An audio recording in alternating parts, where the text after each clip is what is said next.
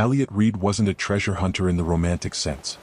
He was a scavenger, a bottom feeder in the murky world of deep-sea salvage. He chased whispers of forgotten wrecks, rumors of lost cargo, anything that hinted at a quick and often illicit payday.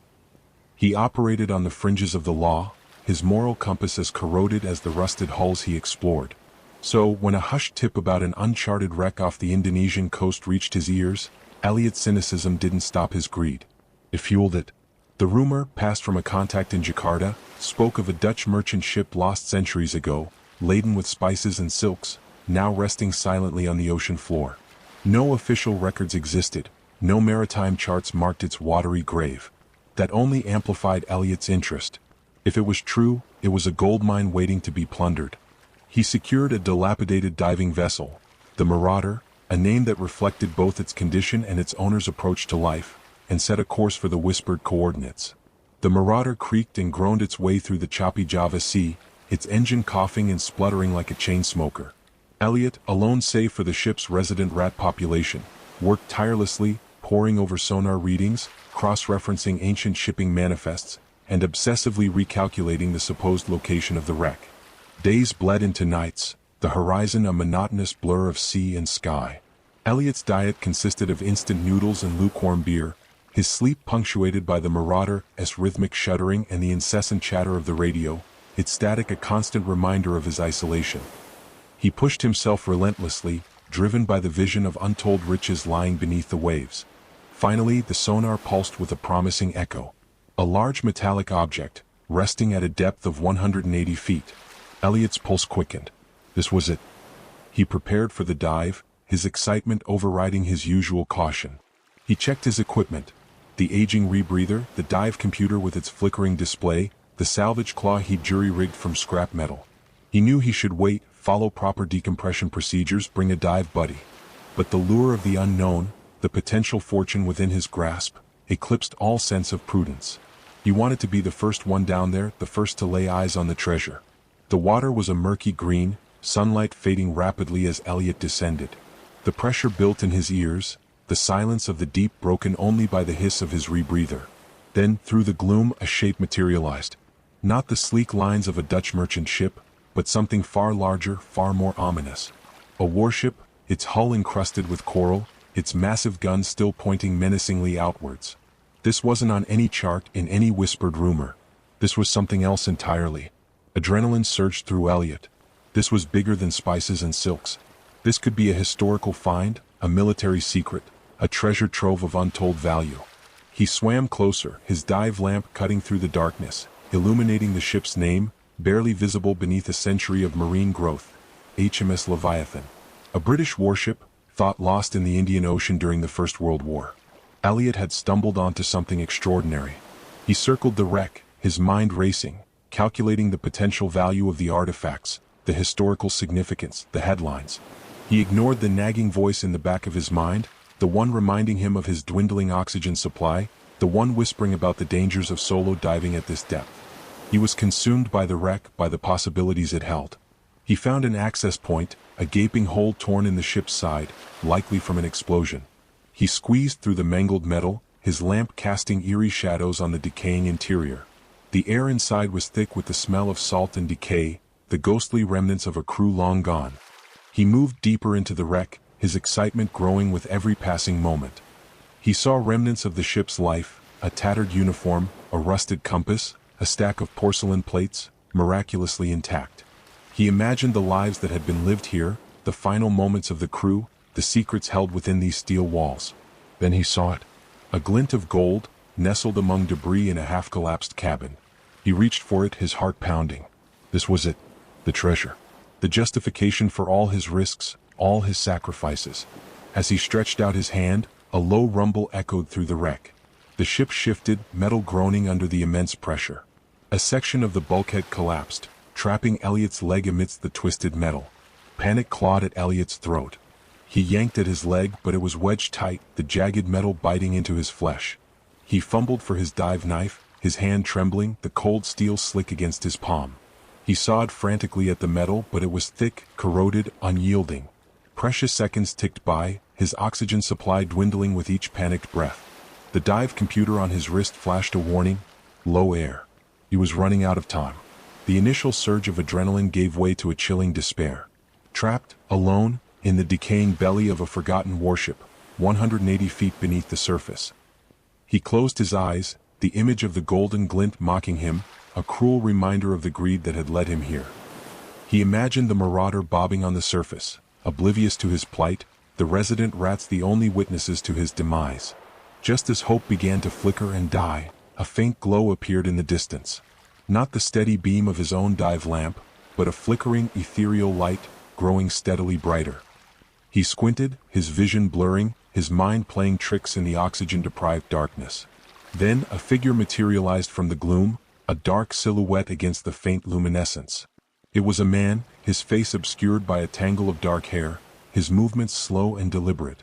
He approached Elliot, his own dive lamp illuminating his features. He was older, perhaps in his late 50s, his face etched with fatigue, a deep gash bleeding freely on his forehead. His eyes, though, held a surprising clarity, a sharp intelligence that belied his exhausted appearance. He wore a tattered diving suit, patched and repaired in numerous places, and clung to a piece of driftwood as if it were a lifeline. "Are you all right?" the man asked, his voice raspy, strained. Elliot could only manage a choked gasp, pointing to his trapped leg. The man assessed the situation quickly, his gaze taking in the twisted metal, Elliot's dwindling oxygen supply, the rising panic in his eyes. "Don't struggle," he said calmly. "You'll only make it worse." He set his lamp down, its beam illuminating the wreckage, and began to work on the metal, his movements precise and efficient. He used a small crowbar, seemingly conjured from thin air, wedging it into the gap and applying steady pressure. The metal groaned, protesting, but slowly, agonizingly, it began to give way. Elliot felt a surge of hope. This stranger, this unexpected rescuer, might be his only chance of survival. "I'm Silas," the man said, grunting with exertion. "Silas Hayes." Elliot managed a weak, Elliot. With a final heave, Silas pried the metal apart, freeing Elliot's leg. The pain was intense, a searing fire that shot through his limb. He gasped, sucking in the last precious dregs of air from his rebreather. "We need to go," Silas said, his voice urgent. "Now." He grabbed Elliot's arm, pulling him through the wreckage, his strong grip reassuring in the disorienting darkness. They swam towards the faint glow that had heralded Silas's arrival, the light growing steadily stronger as they ascended. Elliot clung to Silas, his own strength fading, his lungs burning. He felt a strange calmness wash over him, a sense of surrender, as if his fate was now in the hands of this mysterious stranger. He didn't question Silas's presence here, in this forgotten corner of the ocean. He didn't question how Silas had known he was there. He simply clung to him, trusting him implicitly as they rose slowly towards the surface, towards the sliver of light that promised life. The world exploded in a rush of cool air and blinding sunlight. Elliot gasped, gulping in the life-giving oxygen, his lungs screaming in protest. He treaded water weakly, his injured leg throbbing, his body shaking with the aftereffects of the near drowning and the lingering fear. Silas, seemingly unaffected by the ordeal, kept a firm grip on Elliot's arm, his gaze sweeping the horizon. "Over there," Silas said, pointing towards a small shape in the distance. "My boat." Elliot squinted, his vision still blurry. The shape slowly resolved itself into a small fishing vessel, bobbing gently on the waves. It was a nondescript craft, its paint peeling, its hull patched in several places. It looked weathered, almost derelict, but it represented salvation. How did you get here?" Elliot stammered, still struggling to comprehend the events of the last hour. Silas coughed, a fleck of blood appearing on his lips. "My boat, caught in a storm. Damage. I was adrift." He gestured vaguely towards the open ocean. "Lucky I found you." Elliot nodded, too exhausted to question the logic of Silas's explanation. He was alive, and that was all that mattered. He allowed Silas to guide him towards the vessel, their progress slow and laborious. As they drew closer, Elliot felt a growing unease. The fishing boat was eerily silent. No sign of a crew, no sound of a running engine, no fishing gear visible on deck. It seemed adrift, abandoned, a ghost ship floating on the vast expanse of the ocean. "Where's your crew?" Elliot asked, his voice barely a whisper. Silas hesitated. "Gone," he said finally, his voice low. "The storm took them." He looked away, his gaze fixed on the horizon as if unwilling to meet Elliot's eyes. Elliot swallowed, a knot of apprehension tightening in his stomach. The story felt thin, too convenient. But he was in no position to argue. He was injured, exhausted, and completely dependent on this stranger for his survival. They reached the vessel, and Silas, with surprising strength, hauled Elliot aboard. The deck was bare, save for a few coils of rope and a solitary wooden crate. The cabin was equally Spartan: a single bunk, a small table, and a rudimentary navigation console. There was no sign of personal belongings, no photographs, no maps, nothing to suggest a human presence. The air was thick with the smell of salt and mildew, and a faint metallic tang that Elliot couldn't quite place. Silas helped Elliot onto the bunk, his movements gentle despite his apparent injuries. "Rest," he said. "You're safe now." Elliot lay back, his body aching, his mind racing. He watched as Silas moved about the cabin, his movements economical, his gaze distant. He seemed preoccupied, lost in thought. He fiddled with the radio, its static filling the silence, then rummaged through the wooden crate, pulling out a small medical kit. He cleaned and bandaged Elliot's leg with practiced efficiency, his touch surprisingly gentle. "Thank you," Elliot murmured, feeling a wave of exhaustion wash over him. Silas nodded, his expression unreadable. "You saved me too," he said. "We're even." Elliot closed his eyes, drifting in and out of consciousness. He heard the faint hum of the engine as Silas started the boat, the gentle rocking of the vessel as it began to move. He felt a strange mix of gratitude and suspicion towards his rescuer. He was alive, yes, but he couldn't shake the feeling that he had stumbled into something far more complicated, far more dangerous, than a simple shipwreck. The silence of the boat, the absence of a crew, the inconsistencies in Silas's story, all whispered of a hidden agenda, a secret purpose. He drifted off to sleep, the image of the ghostly fishing vessel, the enigmatic Silas Hayes, and the forgotten warship resting on the ocean floor swirling in his mind. He dreamt of gold glinting in the darkness, of twisted metal and suffocating pressure, and of a pair of eyes watching him, their gaze both calculating and cold. Elliot awoke to the rhythmic thrum of the engine and the gentle sway of the boat. The sun was high in the sky, the ocean a dazzling expanse of blue. He sat up, his leg throbbing dully, and looked around. Silas was at the helm, his gaze fixed on the horizon, his face impassive. The boat was still eerily quiet, the only sound the steady drone of the engine and the whisper of the wind. "Where are we going?" Elliot asked, his voice hoarse. Silas turned, his expression unreadable. "North," he said simply. "To the nearest port."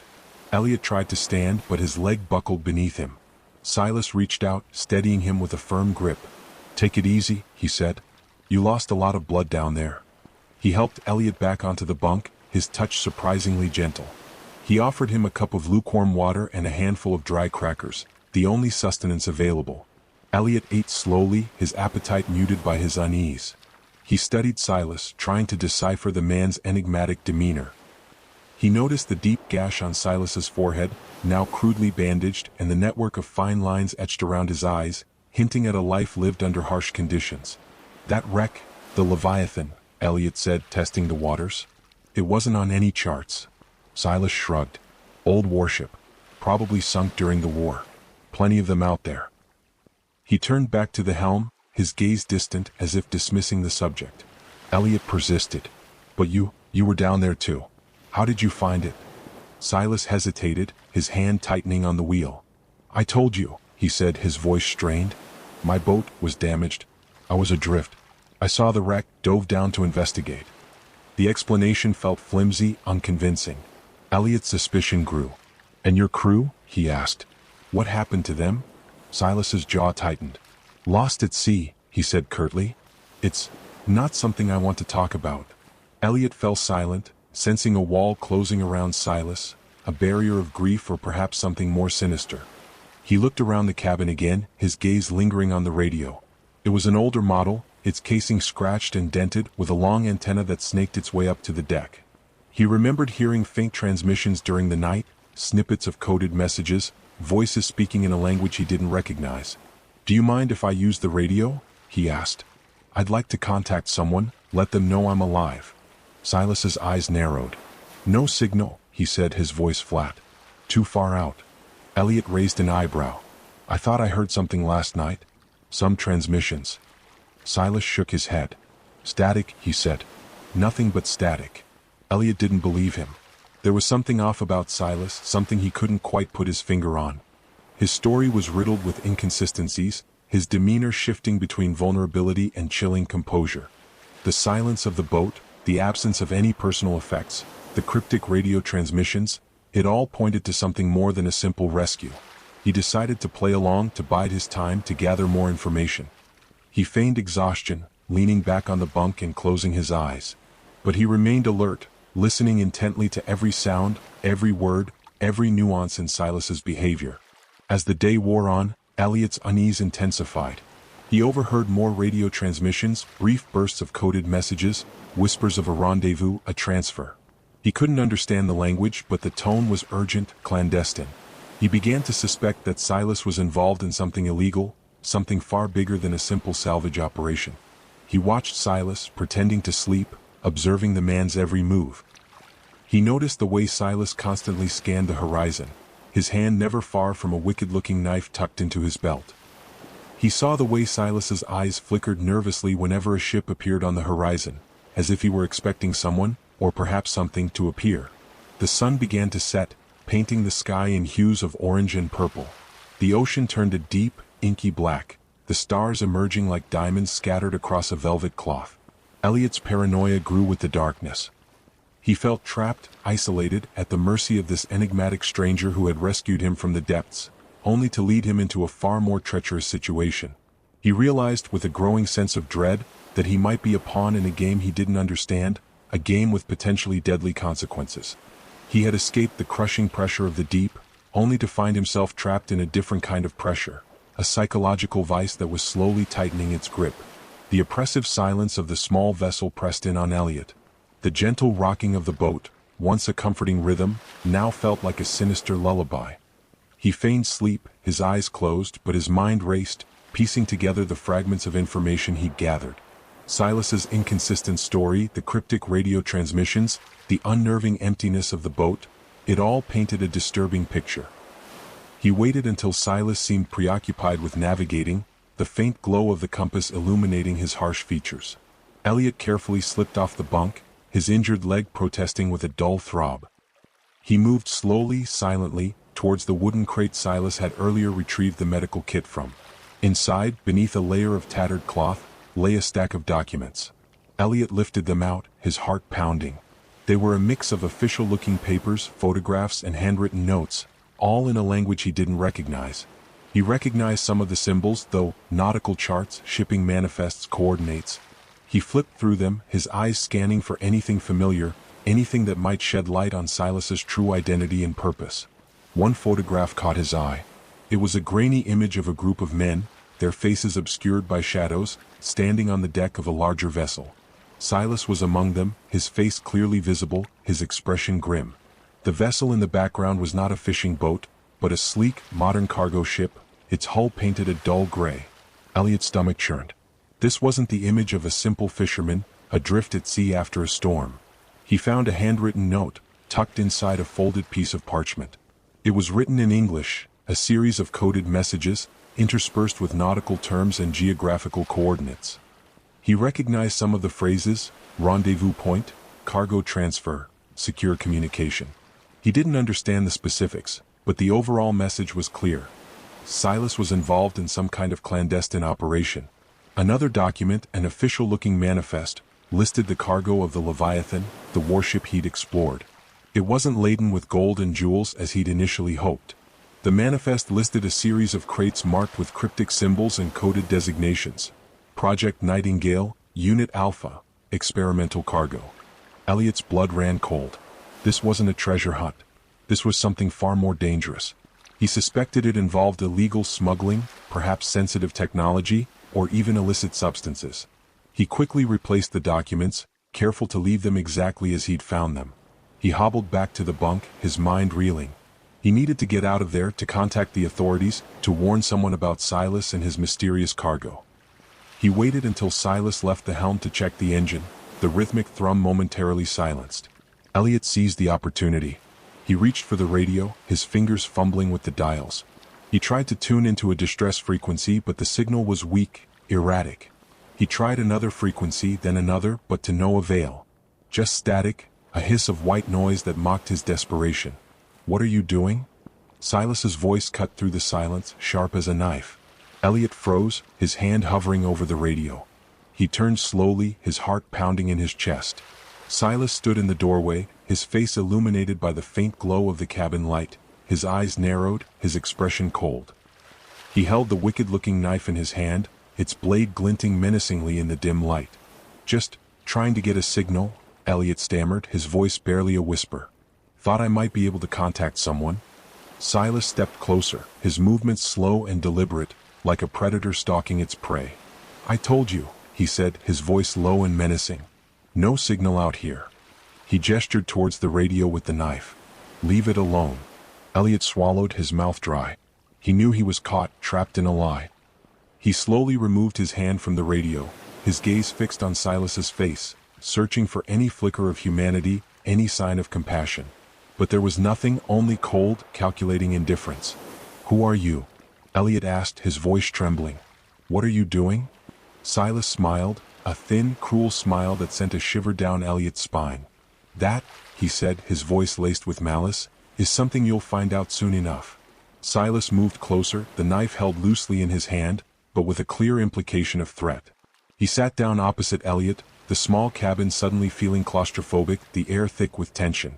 The gentle rocking of the boat, the constant hum of the engine, the lapping of waves against the hull, sounds that had once been soothing now seemed to amplify the sense of isolation, of being trapped. "Let's drop the pretense, shall we, Elliot?" Silas said, his voice smooth, almost conversational, yet laced with an underlying menace. "You've been snooping. I saw you with a crate." Elliot swallowed, his throat dry. He knew denial was futile. Silas had him dead to rights. I was just curious," Elliot stammered, trying to maintain a semblance of composure. "Your story, it didn't quite add up." Silas chuckled, a low, humorless sound. "My story? Let's just say I've told a few stories in my time, Elliot. Some more elaborate than others." He leaned forward, his eyes glinting in the dim light. "But you, Elliot, you're a man of action. You don't deal in stories. You deal in facts. And the fact is, you're in a rather precarious situation." Elliot met Silas's gaze, trying to gauge the man's intentions. He saw no remorse, no hesitation, only a chillingly calm resolve. "What do you want?" Elliot asked, his voice barely a whisper. Silas smiled, a thin, predatory smile. "What do I want? I want what I've always wanted, Elliot. Success, wealth, power. And you?" He paused, his gaze lingering on Elliot. "You are going to help me get it." Elliot's mind raced. He had stumbled into something far deeper, far more dangerous than he could have ever imagined. He thought of the documents he'd seen, the coded messages, the photographs of Silas with the mysterious cargo ship. He was caught in a web of intrigue, and Silas held all the strings. "The accident, on the wreck," Elliot said slowly, the pieces beginning to fall into place. "It wasn't an accident, was it?" Silas's smile widened. "Very perceptive, Elliot. You see, I needed someone with your particular set of skills. Someone with your reputation for discretion, your willingness to bend the rules. Someone who could be persuaded to cooperate." Elliot's blood ran cold. He had been set up, manipulated from the very beginning. The seemingly chance encounter, the heroic rescue, it had all been a carefully orchestrated charade. He had been chosen, not saved. He was a pawn in Silas's game, a disposable asset in a much larger operation. "You lured me there," Elliot said, his voice filled with a mixture of anger and fear. "You knew I'd be there, poking around that wreck." "Let's just say I had an inside track," Silas replied, his tone casual, almost amused. He tapped the knife against the table, the rhythmic tapping adding to the growing sense of dread. "And the radio, you blocked my transmissions," Elliot continued, the realization hitting him like a physical blow. Silas shrugged. "A necessary precaution. Loose lips sink ships, as they say. And I have no intention of letting your indiscretions jeopardize my plans." Elliot felt a wave of despair wash over him. He was trapped, isolated, with no way to contact the outside world. He was completely at Silas's mercy. "Why me?" Elliot asked, his voice resigned. "What makes me so special?" Silas leaned back, his gaze assessing as if weighing Elliot's worth. "You're resourceful, Elliot. You're tenacious. And most importantly, you're desperate. Desperate men make for compliant partners." He paused, letting the words hang in the air. "You see, Elliot, I've been watching you for a long time. I know your reputation. I know your weaknesses. I know your greed. And I know that you'll do whatever it takes to survive. Elliot looked away, unable to meet Silas's gaze. He knew Silas was right. He had always operated on the fringes, always pushed the boundaries, always chased the next score regardless of the risks. And now, his greed had led him into a trap, a situation from which there seemed no escape. What about the Leviathan? Elliot asked, his voice barely audible. What was so important about that wreck? Silas's expression hardened. That, Elliot, is classified information. Suffice it to say, it holds something of considerable value. Something that certain parties are willing to pay a hefty price for. He leaned forward again, his voice dropping to a conspiratorial whisper. And you, my friend, are going to help me deliver it. Elliot felt a knot tighten in his stomach. He had gone from treasure hunter to unwitting accomplice, a cog in a machine he didn't understand. He had been rescued from the depths only to be plunged into a far more treacherous abyss. He knew that he had to play along, to feign cooperation, to bide his time. He needed to find a way out, a way to escape Silas's clutches, a way to reclaim his freedom. But for now he was trapped, a prisoner of his own greed and Silas's manipulative machinations. The trap had sprung, and Elliot was caught squarely in its jaws. The oppressive silence in the small cabin was broken only by the gentle rocking of the boat and the low thrum of the engine. Silas leaned back, his gaze fixed on Elliot, a predatory glint in his eyes. Elliot sat on the bunk, his injured leg throbbing, his mind racing, trying to find a way out of this predicament. So, Silas said, breaking the silence, his voice smooth, deceptively calm. Let's talk business. He reached into the wooden crate and pulled out a thick manila envelope. He tossed it onto the table, the sound echoing in the confined space. This, he said, tapping the envelope with his finger, is your price for freedom. Elliot eyed the envelope warily. He didn't reach for it. He knew there was a catch, a price far steeper than whatever was inside that envelope. What's the deal? Elliot asked, his voice guarded. Silas smiled, a thin, cruel smile. The deal is simple, Elliot. You help me retrieve the cargo from the Leviathan, and you walk away with a hefty sum. Refuse and well, he shrugged, the implication clear. Elliot swallowed, his mouth dry. He had no illusions about Silas's ruthlessness. He had seen the cold, calculating look in the man's eyes, the casual way he held the knife. He knew that refusal wasn't an option. What kind of cargo? Elliot asked, stalling for time, trying to gather more information. Silas hesitated, his gaze hardening. Let's just say it's sensitive material, experimental technology. The kind of thing that certain governments would pay a fortune for. Elliot's mind raced. Experimental technology. Stolen from a British warship. This was bigger than he could have imagined. He was caught in a web of international intrigue, a game with players far more powerful than himself. And who are these certain governments? Elliot asked, pushing his luck. Silas's eyes narrowed. That's on a need-to-know basis, Elliot. And you, my friend, don't need to know. He tapped the envelope again. All you need to know is that you have a choice. Cooperate and you get paid. Refuse and you disappear. Permanently. Elliot took a deep breath, trying to control his fear. He had to play along, at least for now. He had to find a way to turn the tables, to escape Silas's clutches. All right, he said, his voice feigning resignation. I'll do it. But I need more details. What exactly do you want me to do? Silas seemed pleased with Elliot's acquiescence. He opened the envelope and spread the contents on the table. A series of nautical charts, marked with coordinates and cryptic symbols. A detailed schematic of the Leviathan, highlighting a specific section of the wreck. A list of equipment, including specialized diving gear and underwater cutting tools. The cargo is located in a secure compartment within the wreck, Silas explained, pointing to the schematic. You'll need to use these cutting tools to access it. The coordinates mark the rendezvous point.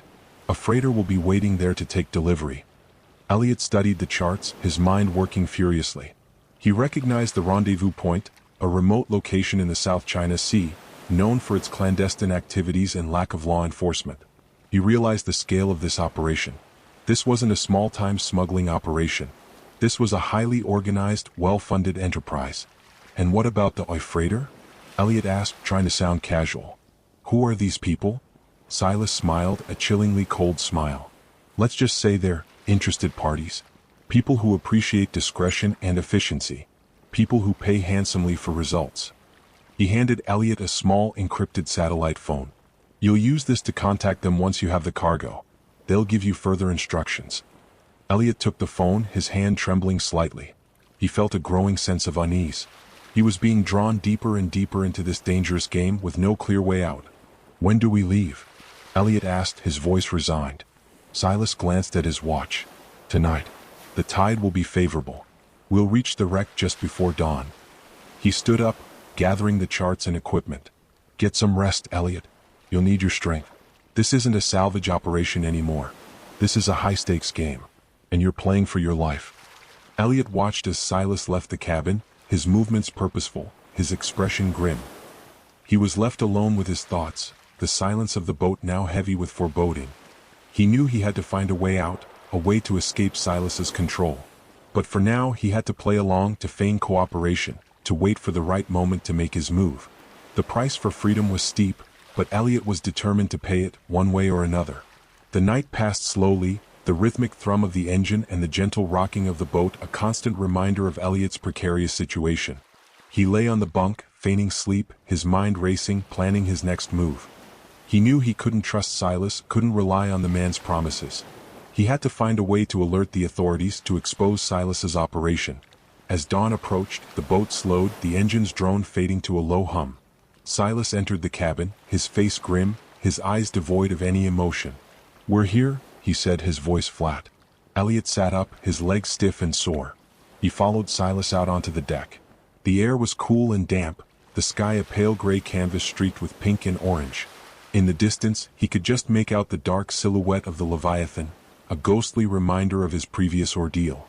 Silas handed Elliot a set of diving gear, including a rebreather and a waterproof bag containing the cutting tools. He pointed towards a small inflatable boat tethered to the stern.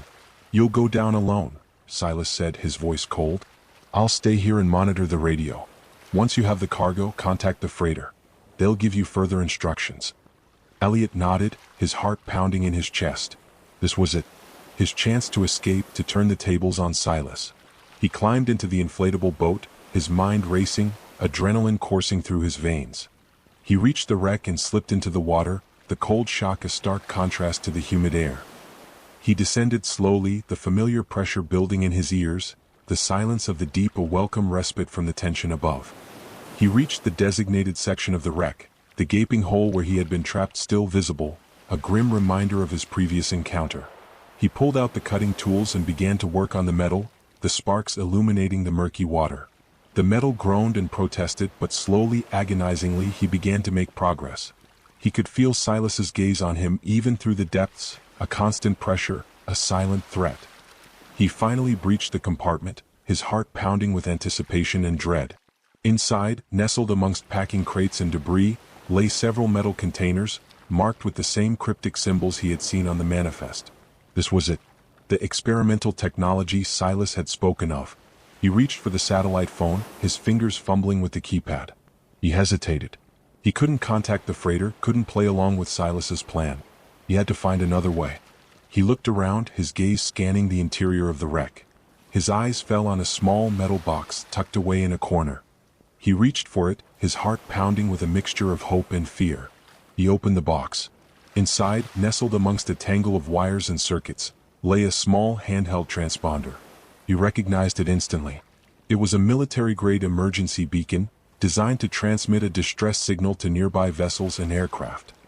He realized with a sudden surge of hope that this might be his only chance. He activated the transponder, the small device emitting a silent pulse, a desperate plea for help sent out into the vast expanse of the ocean. He knew he was taking a huge risk. He didn't know who would receive the signal, who would respond. But he had to try. He had to gamble on the slim chance that someone, somewhere, would hear his call. He secured the transponder to his diving belt and began loading the metal containers into the waterproof bag.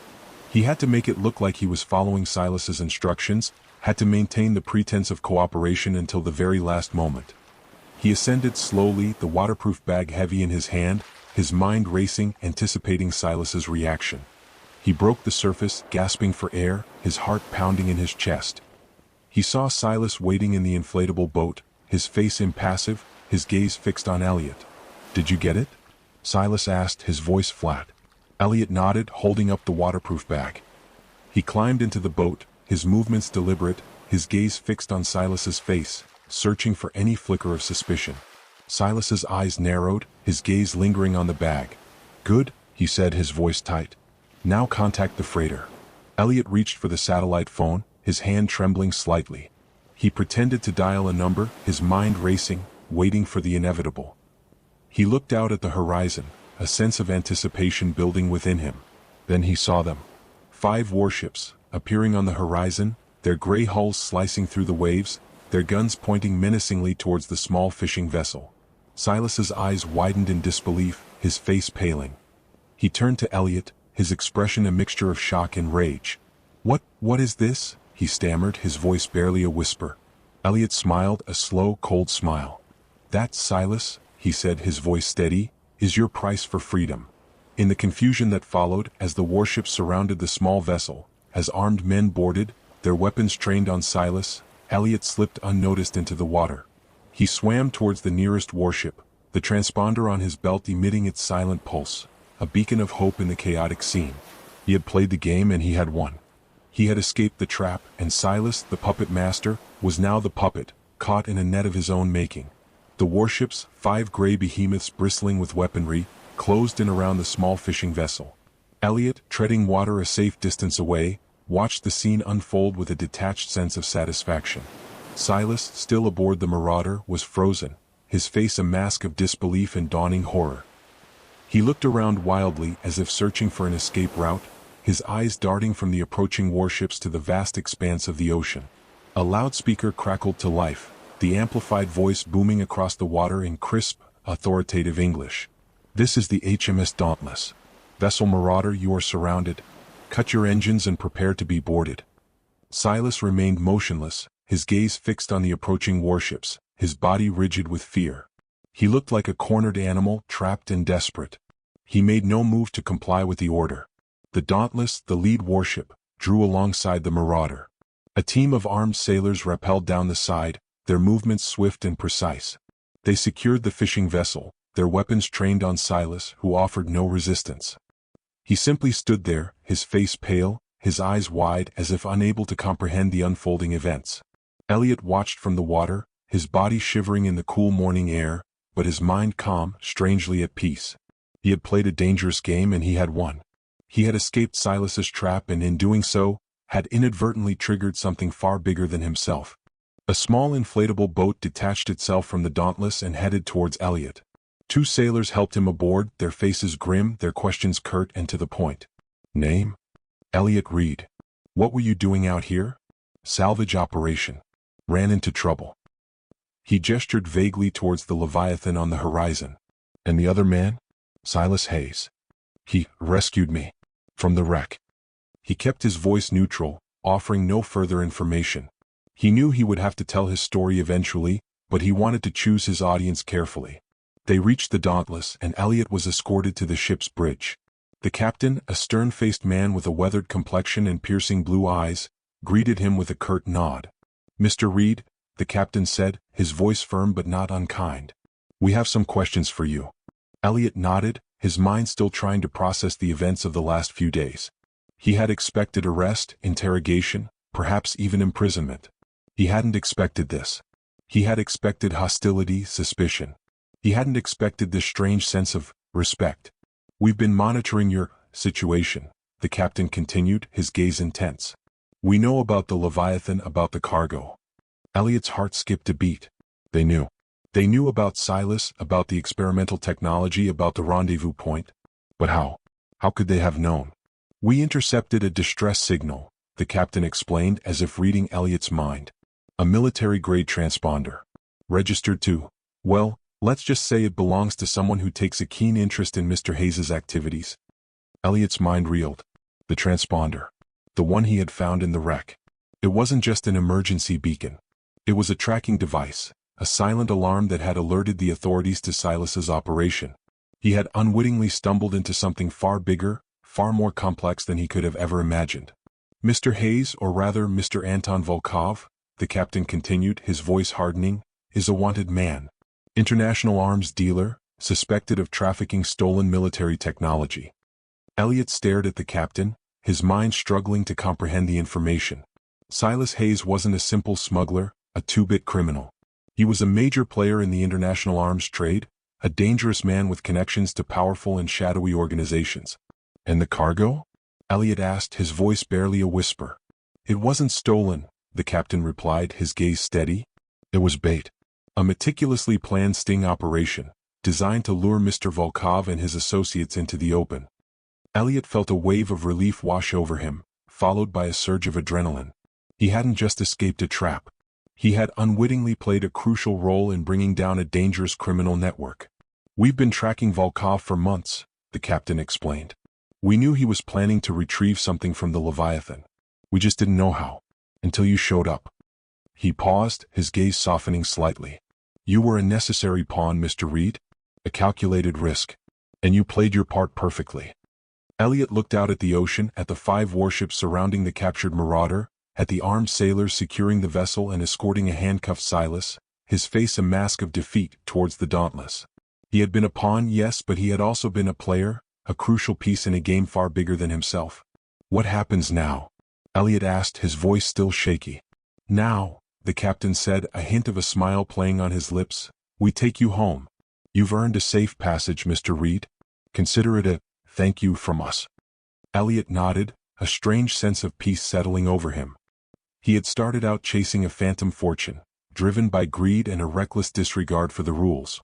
He had ended up playing a pivotal role in an international operation, an unwitting hero in a story he never could have imagined. The Dauntless set a course for Jakarta, the 5 warships forming a protective escort around the captured fishing vessel. Elliot stood on the deck, watching the sun rise over the horizon, painting the sky in hues of orange and gold. He had faced death in the depths of the ocean, had been manipulated and betrayed by a dangerous man. But he had survived. He had emerged from the darkness, not with treasure, but with something far more valuable, his freedom. The warships weren't there to arrest him. They were there to protect him, to escort him to safety. He was no longer a scavenger, a bottom feeder. He was a survivor. And for the first time in a long time, Elliot Reed felt a flicker of hope, a sense of possibility as he looked towards the horizon, towards the future that lay ahead.